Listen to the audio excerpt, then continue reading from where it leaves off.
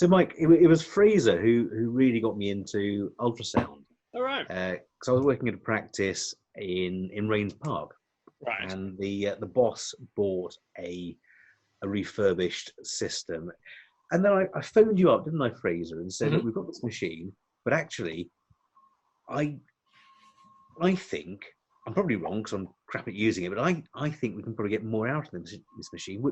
Would another probe be any good?" And I hung up, and there was this tap on my shoulder, and it was Fraser who'd rushed down from Scotland and said, "I think you might like this one here."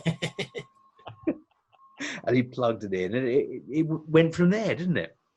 It is. And to be fair, a lot of it, with ultrasound, and being serious about this, with ultrasound, there's a lot of people got equipment and they're just not getting the best out of it because they're not trained how to use the equipment properly.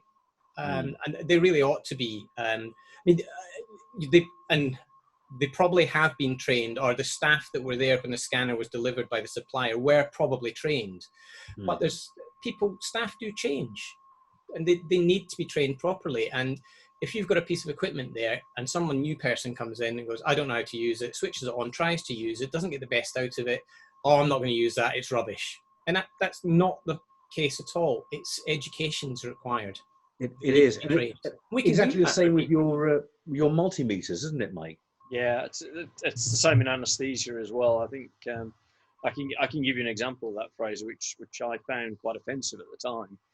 Was that I was doing a series of lectures for a large British veterinary organisation, and it was mentioned that I'm not a vet or a nurse, and therefore, how could I answer any clinical questions? What we were talking about hardware and how you use the hardware.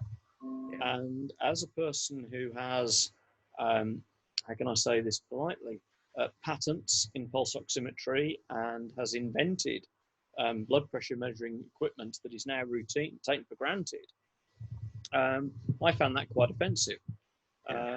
Whereas any professor can stand up and talk to me or lecture me about one of my inventions and tell me why it does or doesn't work.